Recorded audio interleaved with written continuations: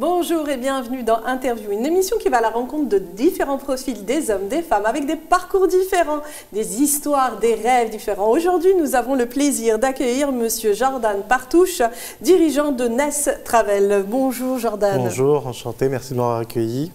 Merci à vous d'être aujourd'hui dans cette émission Interview. Alors, vous allez nous parler de votre parcours professionnel et puis aussi après de l'agence Ness Travel. Mais avant, le parcours professionnel qui vous a amené à être dans le voyage.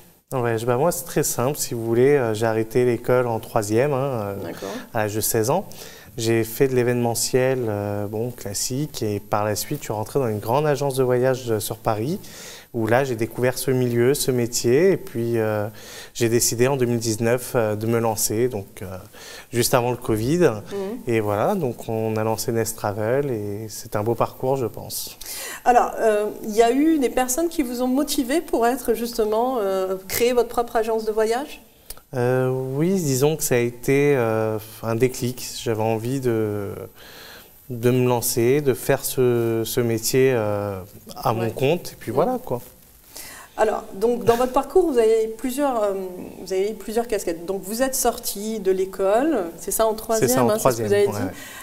Vous n'aimiez pas l'école? Qu'est-ce qui a fait que vous avez dit « Ah non, je vais aller travailler » J'étais pas bon à l'école. Ouais. Je vais être honnête, j'étais pas bon, ça m'ennuyait.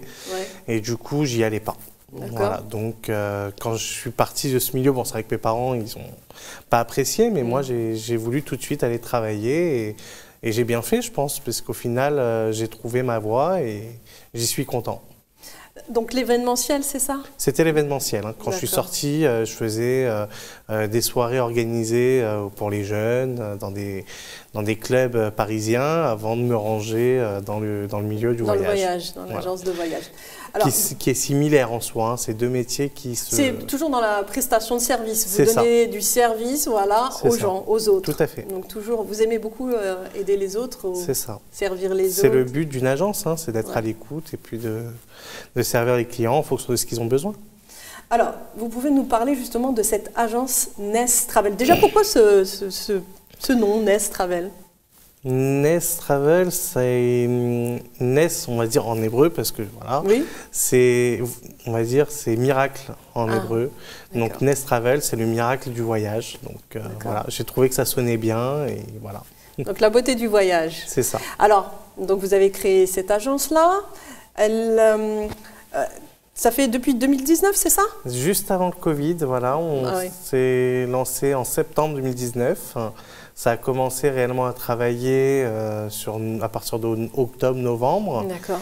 Et après, on a eu la période de Covid. Ouais, ça n'a pas été facile, hein, parce que les voyages... Pas énormément, mais on a su redémarrer par d'autres destinations. D'accord. Donc, il faut savoir que quand on a ouvert, on était sur le Moyen-Orient. D'accord. Et quand il y a eu les fermetures de frontières, par hasard, comme par magie, on a découvert Dubaï, on a découvert d'autres pays, d'autres horizons qui étaient ouverts, on va dire, pendant la période de Covid. Ouais. Et c'est là où on a cherché de nouveaux partenariats et on a réussi à développer, on va dire, là où les autres agences ont dû fermer parce qu'ils n'avaient pas ce côté-là. Ce plan B, on va dire. Ce plan B. Ouais. Nous, on s'est développé dessus et on s'est fait connaître sur ces destinations-là. Et aujourd'hui, on a la possibilité, on est capable de dire qu'on est moins cher qu'Internet sur ces destinations. Comment vous avez fait justement? Est-ce que ça a été facile de trouver des partenariats avec les pays comme Dubaï ou d'autres pays? Comme je vous disais, ça s'est fait naturellement et d'un coup, en fait, c'est un client lambda qui m'a contacté, qui m'a dit est-ce que je faisais Dubaï? Et moi, j'ai répondu oui. Donc, je me suis mis sur mon système de réservation et je me suis rendu compte que j'étais moins cher qu'Internet. Ouais. Donc, c'est vraiment un hasard. Et par la suite, quand j'ai dit c'est le moment de chercher un peu plus, j'ai cherché des partenariats sur Dubaï et là, Là, vraiment, il y a eu beaucoup de demandes. Énormément. C'est ça, énormément de demandes. Sur 2020, enfin 2019, 2020, 2021 même, on a eu énormément d'appels sur l'hiver. Parce que l'été, ils ne voyagent pas à Dubaï.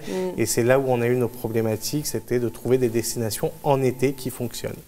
D'accord. Alors, donc, vous faites Dubaï, vous faites le Maghreb aussi? Je fais le Maghreb, donc la Tunisie, le Maroc, Je fais également les États-Unis, parce qu'on a un partenariat aux États-Unis, tout ce qui est New York, etc. On a des prix incroyables. Ouais. Avec les hôtels, c'est ça? Avec les hôtels, des chaînes d'hôtels d'avion même. Hein. On a des partenariats avec American Airlines, avec Air France. Donc on arrive à avoir des bons tarifs compétitifs. Après, on est en train de se développer aussi sur d'autres marchés, comme l'Europe en Grèce, qui a beaucoup marché cet été. Donc voilà, on essaye de trouver des partenariats un peu partout, et là où il y a la demande. Alors, donc c'est vrai que vous avez choisi ce métier parce que vous avez intégré une grande agence de voyage.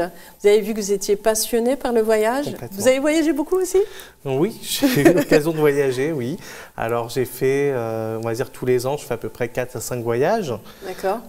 Pour choisir les hôtels, pour aller directement sur les lieux, pour avoir le meilleur produit pour la clientèle. Hein. Donc vous allez voir vous-même sur... C'est ça. D'accord. Et puis j'ai eu l'avantage, bon, là où je travaillais, de partir avec eux en visite. Donc c'est vrai que j'ai voyagé pas mal, mais il y a encore plein de pays à visiter. Bien sûr. Et vous êtes ouvert pour d'autres destinations, la Thaïlande par exemple? Bien sûr. Pareil, la Thaïlande, oui. Sur l'Asie, on a un partenaire dernièrement avec qui on s'est mis. Donc prochainement, on sortira sûrement des publicités pour partir sur Pattaya ou sur des destinations en Thaïlande ou même en Chine, hein, parce que la Chine va réouvrir, enfin on l'espère. Et quand ça va réouvrir, on espère d'être présent. Pour cette Coupe du Monde, vous avez eu des demandes pour le Qatar? Non. Non, il n'y a pas eu de demande. J'ai pas vraiment... chercher à rentrer dans ce... Vous, c'est surtout Dubaï, Abu Dhabi. Abu Dhabi, Dubaï. Le partenariat que j'ai, c'est aussi sur la Jordanie. Ah oui. Ils ont pas mal d'hôtels sympas. On est en train de lancer Istanbul, donc la Turquie. C'est vrai que cette année, il y a eu énormément de voyages à Istanbul qui ont été vendus. Hein. Tout à fait. C'est vrai. Hein, c'est ça. Donc on va essayer de développer un petit peu on va dire le tourisme à Istanbul, enfin en Turquie, en espérant trouver des bons tarifs et des bons partenaires. Il y a Istanbul, Ankara, il y a d'autres, Izmir. C'est ça. Il y a tellement de belles destinations. Énormément, énormément. Et puis on espère vraiment trouver ce qu'il faut pour les clients. Alors dites-nous, en quoi consiste votre métier au quotidien? Au quotidien, si vous voulez, c'est assez simple, hein. Enfin c'est banal. Un client qui a besoin d'un hôtel ou d'un séjour, on va essayer de comprendre ce qu'il a besoin, ce qu'il veut, parce qu'une personne peut aimer vouloir le luxe, donc un hôtel très chic avec un tarif énorme, et d'autres clients cherchent plutôt à aller découvrir un pays, donc on va aller plutôt chercher un hôtel au centre-ville qui lui permet de visiter. On va essayer de lui trouver un guide, voilà. Vraiment des services à côté. C'est ça, et c'est là que c'est le métier le plus intéressant, c'est à ce moment-là où on aime notre métier. Jordan Partouche, quels sont les côtés positifs? Donc je pense que les côtés positifs, c'est que vous aimez cette prestation de service, être à l'écoute du client pour le satisfaire, et les points négatifs? Points négatifs, c'est, on va dire, bon, Internet, les réseaux sociaux, tout ce côté-là, on va dire, c'est comme je l'ai déjà dit à plusieurs personnes, ça peut monter une personne, ça peut, comme la descendre. C'est-à-dire que beaucoup de personnes malveillantes ou jalouses essayent de nous détruire ou de détruire un entrepreneur ou l'image d'une société, ou par une expérience qu'elle n'a pas appréciée, mais ça ne veut pas dire qu'on a fait quelque chose de mal. Hein. Peut-être qu'elle n'a pas apprécié un hôtel ou une réservation ou quelque chose. Et au final, ça détruit l'image d'une entreprise. Surtout en période de Covid, où on a eu des dossiers d'annulation, hein, donc comme beaucoup d'agences, où des remboursements ont traîné, ou même des dossiers qui étaient non remboursables, non annulables, où les clients n'ont pas forcément compris et mettre tout sur le dos de l'agent, mais ils auraient eu la même problématique sur Internet, je pense, en réservant sur des sites lambda de voyage. C'est pour ça qu'en fait, le danger de certains réseaux sociaux, où parfois il peut même avoir des groupes, une personne qui n'est pas satisfaite, enfin satisfaite parce qu'il y a eu, oui, cette période de Covid. Malheureusement, cette période de Covid a été difficile pour beaucoup et surtout pour les agences de voyage. Bon, vous avez rebondi avec les voyages à Dubaï, vous êtes ouvert et tout, mais c'est vrai que c'est difficile. Et puis, il y a des agences qui ont fermé malheureusement. Énormément. Bon, moi, je parle toujours de La grande agence Thomas Cook, qui malheureusement a déposé bilan en cette période. Pourtant, c'était une grande agence C'était la plus grande. Oui. C'était la plus grande en Europe. Elle avait des hôtels en partenariat qu'elle bloquait sur des années. Et du jour au lendemain, ils ont dû fermer et ont mis beaucoup de voyageurs, on va dire, sur la paille, que ce soit la compagnie aérienne ou même... Donc le Covid a malheureusement, dans beaucoup de secteurs, pas que dans le voyage, mais je pense a eu un rôle destructif dans beaucoup de choses. Pas pour tous, parce qu'il y en a qui se sont enrichis malheureusement dans certains domaines. Tout à fait. Alors, si vous aviez un conseil à donner aux personnes intéressées par votre agence de voyage, ce serait lequel? Un conseil, c'est...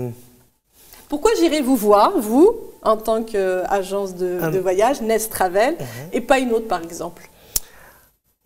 Ma réactivité. J'essaye toujours de satisfaire le client, j'essaye de le comprendre, de chercher ce qu'il a besoin et de lui trouver. Et puis si ça ne colle pas, on cherche autre chose et on avance.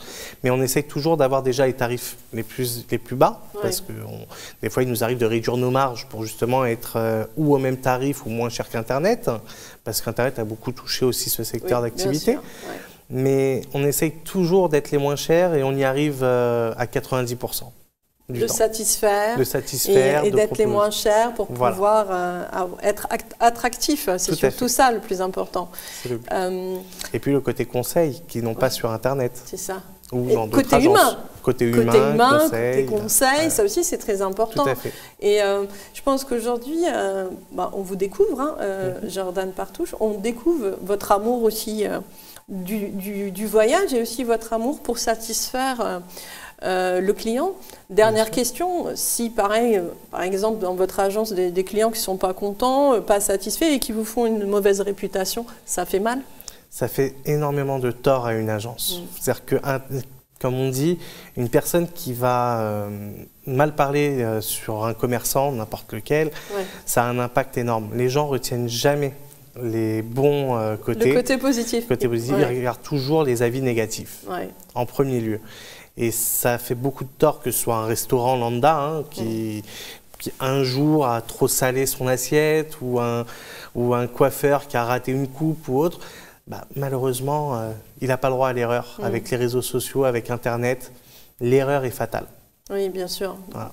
Surtout pour que ce soit agence de voyage ou même un commerçant ou n'importe quel prestataire de service. Mais le plus important, c'est cette transparence. Tout à fait. C'est ça aussi que recherche le client.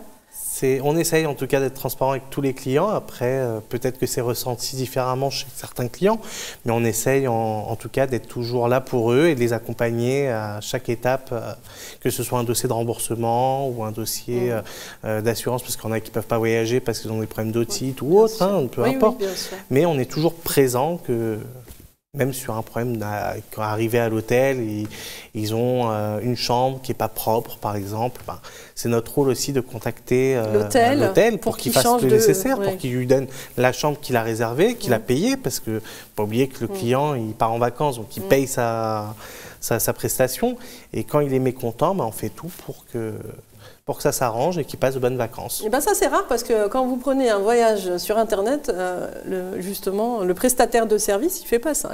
Derrière, donc là, vraiment appeler, lorsque le client n'est pas satisfait, vous appelez pour tout faire pour satisfaire. On fait tout pour que le client soit satisfait. Et puis on a, comme j'ai dit à tous les clients, nous la différence avec Internet, c'est que c'est un 01, c'est un numéro qui est joignable. J'ai mon WhatsApp qui est tout le temps le 06 où les gens peuvent m'appeler ou m'envoyer des messages. Et bien sûr, dans les horaires de travail, on répond à tous les besoins. Eh bien, merci Jordan Partouche. Nest Travel, vous êtes situé où? À Sarcelles. Donc, c'est une agence à domicile. Donc, on fait tout par téléphone et par mail. Et on est proche du client quand on peut se donner rendez-vous à n'importe quel moment. Bon, on vous souhaite bonne réussite en tout cas. Merci beaucoup. Merci de nous avoir suivis sur Interview et je vous dis à la prochaine fois.